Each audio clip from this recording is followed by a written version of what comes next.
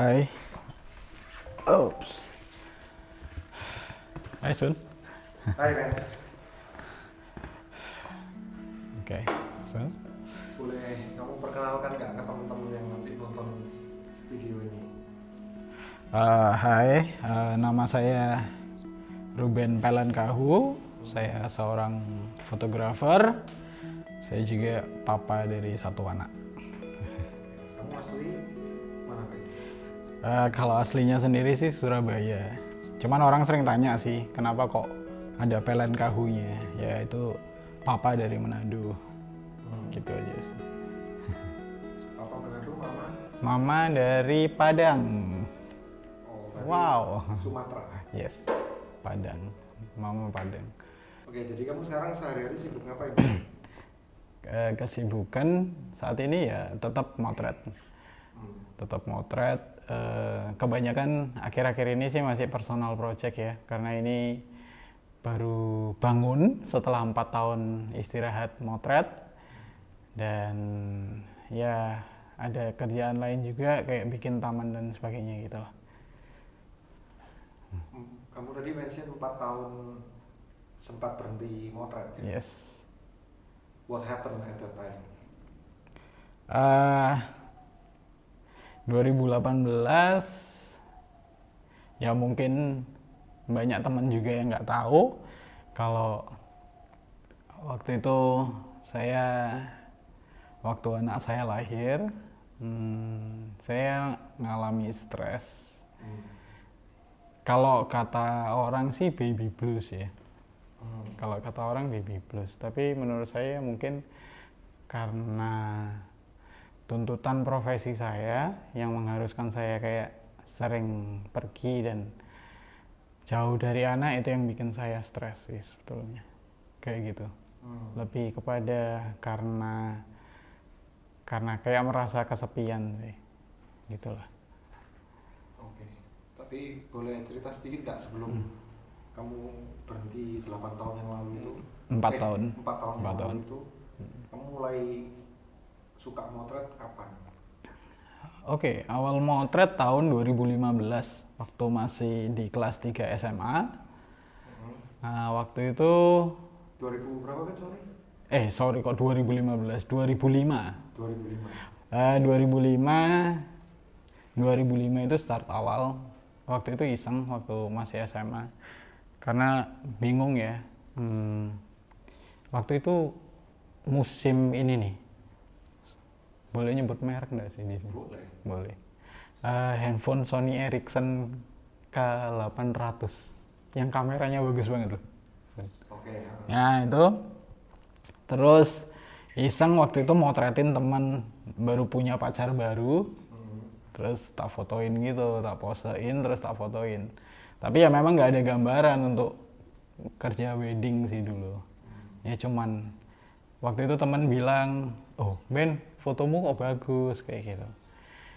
Oh iya ya lumayan ya. Nah setelah itu timbullah rasa kayak penasaran, pengen cari kamera kayak gitu. Tapi kamera digital waktu itu ya namanya belum kerja juga ya, dan nggak mau ngerepotin orang tua. Akhirnya iseng jalan-jalan kayak ke pasar apa tuh, kalau di Surabaya namanya sih pasar maling. Nah itu tempat cari barang-barang bekas sama ya vintage stuff gitulah, kayak thrift store gitu. Nah di situ akhirnya nemu kamera pertama saya itu Olympus Trip 35. Olympus Trip 35. Yes, itu kalau anak-anak film pasti tahu lah. Yang Jadi kamu 2005 itu pertama motretin temen itu malah pakai HP, pakai handphone. terus jalan-jalan ke pasar, beli kamera film tapi. Yes, beli kamera film karena papa saya itu seniman pelukis. Dia selalu ngomong kalau media terbaik itu kalau kamu nggak tahu hasil, intinya kalau digital kan begitu motret tahu gitu ya hasilnya. Nah kalau film kan ada prosesnya di situ. Nah itu papa bilang mending belajar pakai itu dulu, carilah kayak gitu. Jadi setelah kamu beli kamera film pertama kamu tuh, Ya. masih ingat gak project apa yang pertama kali kamu foto atau sebuah hal yang kamu pertama kali foto? Ingat banget. Apa namanya? Jadi salah satu teman main skate dulu waktu SMA, itu papanya dia itu juru kunci makam Belanda di Pakis. Oke. Nah, makam Belanda yang ada di Pakis itu Kembang Kuning ya, Kembang Kuning. Di Kembang Kuning itu rapi banget. Bahkan di situ ada apa namanya? Penjaganya itu kalau ngelihat gitu ya, kayak penandanya itu miring sedikit kan dari kayu ya, itu miring, itu harus kalau dia tahu harus langsung dilurusin. Jadi beneran rapi banget. Nah, waktu itu seneng diajak teman ke sana. Saya waktu itu beli roll film pertama saya yang saya coba itu Kodak Color Plus. Waktu itu beli harganya cuman, boleh nyebut harga nggak? Boleh lah. Harganya cuman 10.000 gratis cuci scan. Sekarang mahal ya. Nah, apa namanya? Subjek pertama yang saya foto adalah sepeda tua. Mereknya Vonger. Ya, merek Belanda gitu. Nah, terus entah kenapa saya waktu itu mikir, oh, itu sepeda saya pakai sih untuk keliling di makamnya itu. Terus saya parkir, saya pengen motret. Lah waktu saya ngelihat ke waktu framing ke sepeda itu, terus langsung perasaan saya itu kayak ngomong, apa yang punya sepeda ini udah dikubur di sini ya, kayak gitu, karena itu sepeda kuno banget. Nah itu apa namanya, akhirnya saya foto lah itu. Terus fotonya pada saat kayak dua tahun kemudian itu sempat dipamerin waktu kuliah ada project teman-teman seni rupa, itu dipamerin di sana dan banyak Foto yang suka. sepedanya. Ya, foto sepedanya. Wow. Berarti kamu 2005 sampai 2018 itu sempat vakum, tapi masih motret kan? Masih. Cuman vakum kerja jadi fotografer, cuman tetap motret. Tetap motret. Intinya kamera nggak mungkin lepas sih dari saya. Fotografi nggak mungkin saya tinggalin. Dan saya juga ada klien wedding, cuman klien yang seru, yang beneran kayak, bukan semua klien seru ya, cuman ada waktu 2019 saya ingat ada temen Pascal itu dia tiba-tiba telepon, kayak malam-malam telepon, dia bilang gini, Ben, aku mimpi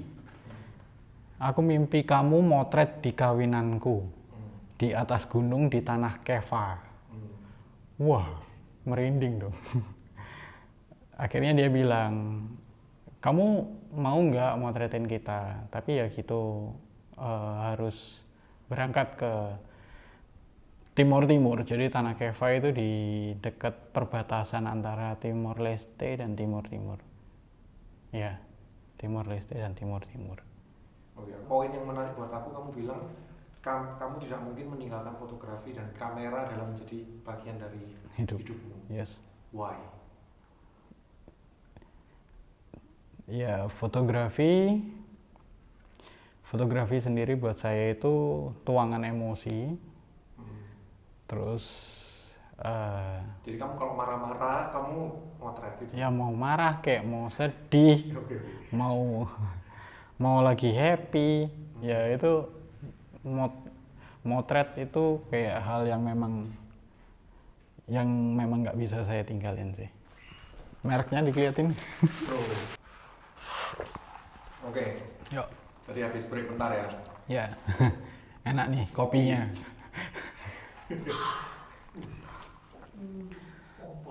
Jadi poinnya kamu cinta fotografi karena kamu menganggap bahwa fotografi itu bisa menjadi Tuangan, wadah ya. untuk meluapkan emosi gitu ya. Entah itu emosi negatif atau positif, kamu Yes. pakai fotografi itu sebagai media untuk Ya, menuangkan ya, emosi itu ke satu media ya. ya. Nah, selama perjalananmu motret ini kamu pernah ketemu tantangan nggak Ben? Tantangan Dalam hal apapun. apapun. Nah, mungkin lebih tepatnya pertanyaannya tantangan terbesarmu selama kamu dari 2005 sampai sekarang 2022 ini. Tantangan terbesarnya adalah ini ya. Mungkin awalnya adalah modal ya. Aku memulai semuanya dari nol sih. Kayak klien pertama waktu itu tahun 2008. Bayarnya 300.000 untuk prewedding aja sih. Ya, prewedding aja. Seingatku prewedding aja. Kayak gitu. Tantangan pertama paling besar itu, tapi bersyukurnya itu banyak orang-orang baik, teman-teman itu yang support banget, yang mereka sudah punya kamera gitu ya. Mereka Ben bilang aja kalau mau pinjam kamera aku pinjemin kayak gitu. Banyak orang-orang berjasa sih di hidupku kayak gitu, yang sampai akhirnya bawa saya sampai hari ini. Oke, itu di awal-awal kamu mulai. Di awal-awal aku mulai. Terus ada tantangan lagi. Tantangan lagi adalah menjalani hidup sebagai seorang fotografer. Cobaannya banyak. Cobaannya banyak. Kayak gini. Tantangan terbesarnya adalah antara uang dan idealis. Kayak gitu sih. Itu kayak somehow kalau pas masih bujang belum nikah gitu ya, kayak nggak mikir ya, kayak semuanya gitu ya, oke. Aku kerjain nggak apa-apa, paling nanti punya duit dibuat beli kamera, sampai dulu kamera film total ada 50-an 50-60 bijian. Berarti tantangannya adalah kesusahan modal Ya, tapi waktu kerja duitnya habis untuk beli kamera. yes. Kayak gitu sih ya. Itu kayak apa ya, kayak kayak ini ego masa muda. Tapi tahun 2014 akhir ya, saya ketemu dengan Anda. Kita ketemu 2014 ya? 2014 saya ketemu Anda. Oh ya, tantangan terbesar. Loh enggak, lanjut dulu nggak apa-apa. 2014 kenapa? Selesai. Ini ada hubungannya. Tantangan terbesar lainnya yang saya rasain adalah cari seseorang yang mau dengan tulus ngajari kita. Yang kayak mau buka-bukaan tentang gimana sih shoot itu, terus gimana sih kayak menuangkan intuisi ke sebuah foto, terus kayak kayak gimana mengolah proses kreatif dari awal sampai ini jadi sebuah produk kayak gitu. Nah, itu saya kesusahan nyari mentor yang baik. Kalau sekarang kan banyak workshop ya, atau ya YouTube channel dan sebagainya. Kalau dulu susah sih ya itu. Terus tahun 2014 saya ketemu Anda, Cesuntan, dikenalin sama Mas Yuri. Bukan dikenalin, kita ketemu dikasih project. Enggak, jadi Mas Yuri ada klien wedding, terus waktu itu Mas Yuri ngajak aku untuk ikut motret, kamu ikut motret, terus kita ketemu di wedding itu. Iya. Oh iya iya iya. Setelah itu baru kita ketemu di Indomart. Iya, setelah itulah. Nah, ya. Nah, apa namanya? Tahun 2014 saya merasa punya mentor yang cukup baik. Ya, kamu. Terus yang mau ngajarin kayak semua gitu loh. Terus ternyata circlemu itu juga baik-baik, yang dimana kenal Benny gitu. Setelah itu kan kayak kenal Benny, kenal Sandi, kenal Kopret, kenal Freddy Wijaya dan sebagainya. Banyak sekali teman-teman. Nah, dari situ kayak lebih semangat lagi dan lebih ngerti prioritas, yang akhirnya ya jadilah Ruben yang sekarang kayak gitu. Jadi kamu setelah ketemu berbagai macam lah ya, bisa dibilang tantangan tadi, terus kamu overcome with that challenge, terus kamu jadi Ruben yang sekarang gitu. How do you picture yourself 5 or 10 years from now? Apa yang kamu pengen, apa yang kamu bayangkan gitu? Ya. Apa ya? Kalau the big picture sih, ya aku akan tetap jadi fotografer. Tapi dengan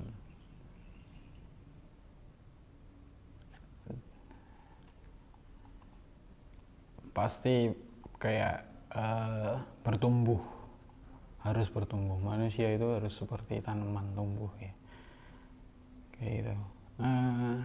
Ya itu, the big picture, I will be still a photographer. Itu sih. Ada nggak pencapaian yang kamu pengen capai? 10 tahun lagi. Ya, atau misalkan dalam waktu dekat atau dalam waktu 10 tahun. Oke. Ada pencapaian yang kamu pengen capai? Apa ya? Punya project-project yang bisa bikin bangga orang tua saya sih. Wow, oke. Ya karena ya saya nggak disetujui motret aslinya, disuruh jadi pegawai bank dulu. Kuliahnya perhotelan, terus mama bilang, udahlah lulus kuliah kamu kerja jadi teller kayak apa. Ini bukan berarti kerja bank jelek ya, cuman saya nggak bisa kerja di balik meja kayak gitu loh. Saya suka ketemu orang baru dan sebagainya, jadi nggak mungkin kalau saya kerja di bank kayak gitu, atau di kantoran lah, bukan di bank aja. Nah, the big impian saya ya, saya bisa bikin bangga orang tua saya dengan saya jadi seorang fotografer. Selain itu saya kepengen punya buku, project jangka panjang, long term project, yaitu pengen punya buku tapi harus yang kayak beneran dipikir. Ada sih, ntar tunggu aja. Terus apa ya bisa sukses di bidang ini sih, dan bisa menginspirasi juga buat orang-orang kayak gitu. Nah, ini aku lompat ya. Oke. Kan sebagai fotografer kamu sudah melalui banyak tantangan, terus bisa melewati tantangan itu, terus berproses terus, bertumbuh terus gitu ya. Sekarang kan kamu dari cerita kamu punya anak. Kira-kira kamu kalau anakmu pengen jadi fotografer gitu gimana? Atau kamu memang justru pengen anakmu juga ngikutin jalur menjadi fotografer? Enggak sih, kalau jadi enggak maksa untuk King, anak saya namanya King, untuk jadi apa? Untuk jadi fotografer enggak. Kalau yang mau jadi TikToker boleh? Yes. Boleh. Why not? Joget-joget gitu. Eh, Boleh tak? pasti tak arahkan sih. Diarahkan. Ya, kalau dia mau jadi dancer, jadilah dancer yang menginspirasi. Nggak apa-apa. Sungguh. Serius. Suara apa itu? Putu. Ya gitulah. Nggak apa-apa kalau mau jadi dancer, silakan jadilah dancer yang menginspirasi. Kalau mau jadi dancer di TikTok ya nggak apa-apa. Nanti malah tak bantuin untuk setting kayak setting ruangan dan sebagainya supaya ya bisa menginspirasi banyak orang juga. Kayak gitu. Intinya dia mau jadi apapun, kamu akan mendukung as long as dia punya semangat untuk jadi yang terbaik di bidangnya. Yes. Gitu lah Ya. ya. King sekarang umur berapa kan? Tahun ini 5 sih. Sekarang masih 4 tahun. Nanti Juni dia 5 tahun. Lasting band. Yes. Ada nggak satu hal ya, pesan atau satu hal yang terjadi di hidupmu yang mungkin teman-teman yang lihat ini bisa ambil pelajaran gitu? Sebagai seorang kreatif, sebagai seorang ayah, sebagai seorang individu.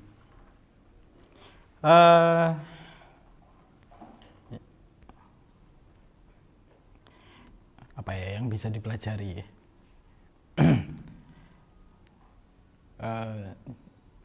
Ini sih lebih ke jangan buang waktu. Saya merasa saya buang waktu soalnya. Banyak hal di hidup saya itu kayak saya pergunakan dengan waktu saya pergunakan dengan sangat tidak bijaksana di zaman waktu saya masih sekolah ya. Ya tapi ya itu proses ya. Cuman sekarang ada bakso, mau bakso? Nah, apa namanya? Jangan buang waktu. Kalau seandainya pengen jadi kayak tadi contohnya pengen jadi TikToker, nggak apa-apa.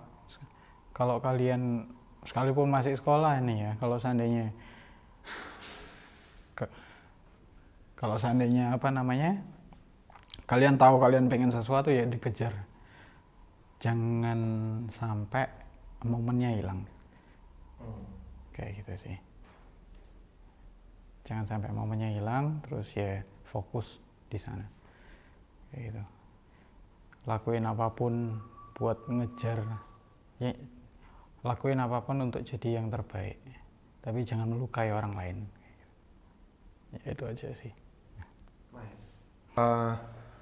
Sebelum kita sudahi interview ini, tadi kan sempat kamu bahas tentang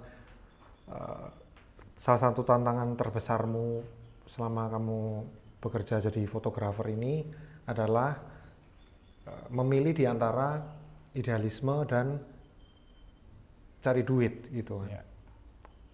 Mungkin kamu bisa share Ben, akhirnya bagaimana caramu untuk melewati fase itu? Oke, tahun 2018 saya itu saya cari kerja lain sih sebetulnya. Saya belajar tentang bagaimana caranya menjadi tukang taman waktu itu. Nah, yang dimana menurut saya kerjaan ini belum banyak diminati sama anak-anak muda kayak gitu. Kenapa gitu? Ya karena pada saat saya masuk ke circle-nya desainer taman dan sebagainya, mereka rata-rata sudah berumur banget kayak gitu. Nah, terus saya mikir, saya yang suka tanaman ini bisa lah ya, pasti. Nah, saya juga belajar ke mereka-mereka yang sudah expert di bidang ini. Akhirnya sampai satu hari ya ada orang mempercayakan untuk mendesain taman. Jadi saya gambarin, saya desainin sampai ke pengerjaannya. Yang orang-orang sering bilang kayak kontraktor taman ya. Tapi ya belum sebesar itulah saya. Kalau disebut kontraktor ya belum lah. Jadi yang kamu maksud ini ketika kamu bekerja sebagai fotografer supaya kamu bisa idealis, kamu cari pekerjaan lain untuk mensupport fotografimu atau gimana Ben? Ya itu. Ya memang benar harus cari pekerjaan lain yang harus tetap kita sukai supaya bisa istilahnya kayak berjalan sama-sama ya. Jadi fotografinya idealis, kalau nggak ada job masuk ya at least ada sesuatu yang bisa menopang finansial keluarga. Sedangkan saya sudah berkeluarga, saya harus menopang keluarga saya juga kayak gitu. Jadi secara logika ya saya bekerja taman atau saya jual tanaman kayak gitu, dan ininya fotografi kayak gitu. Jadi puji Tuhan kalau kalau yang taman ini seandainya bisa mensupport yang sini, malah saya lebih senang. Dan ya memang bisa sih sebetulnya kayak gitu. Dan satu hal lagi, kalau cari pekerjaan, kalau jadi fotografer itu ya memang harus totalitas. Jangan sampai pada saat sudah motret, saya mengalami sendiri, karena saya mengalami sendiri, saya mau share. Jangan sampai pada saat kita sudah motret, akhirnya ini jadi sebuah industri, terus lelah sendiri di situ malahan kayak gitu, dan ingin berhenti selamanya. Kalau saya sih nggak kepengen ya, saya pengen terus motret nanti sampai saya tua kayak gitu. Nggak apa-apa, tapi ya ada kerjaan lain yang bisa mensupport, itu menurut saya lebih bijaksana. Dan itu nggak semua orang bisa berada di posisi seperti itu. Ya kan? Ya, bisa punya pekerjaan, anggapannya bukan pekerjaan sampingan lah, tapi pekerjaan yang bisa menghasilkan plus tetap menjalankan hobi atau passion di fotografi gitu kan. Yes, betul banget. Nah, makanya itu kalau saya pernah dengar kata-kata orang nih, kalau punya pohon satu ini ya, fokus disehatin pohon yang ini. Pada saat pohon ini sudah sehat, ya udah, kita nanti sisanya tinggal waktu dia udah berakar bagus, akarnya udah jalan nih ya sudah, dibiarin dulu. Ini dibiarin tapi tetap disiram. Nah, kalau mau cari satunya lagi, nggak apa-apa, nanam satu lagi. Nanam pohon yang baru. Tapi jangan kebanyakan. Karena kalau kebanyakan, pasti salah satu ada yang nggak terurus. Jadi menurut saya kalau 2 itu cukup baik dibanding kalau cuma 1. Wow. Filosofi saya gitu. Filosofi pohon. Dan merawat pohon. Kalau istri 1 cukup ya? Cukup. Nggak habis. Oke. Ya udah, Ben, kita lanjut foto-foto ya. Yes. Thank you for sharing. Semoga Thank you. orang-orang yang nonton atau yang dengerin cerita kamu bisa dapat pelajaran yang mungkin bisa membantu mereka menghadapi tantangan mereka sendiri gitu ya. Semoga menginspirasi. Terima kasih banyak. Terima kasih.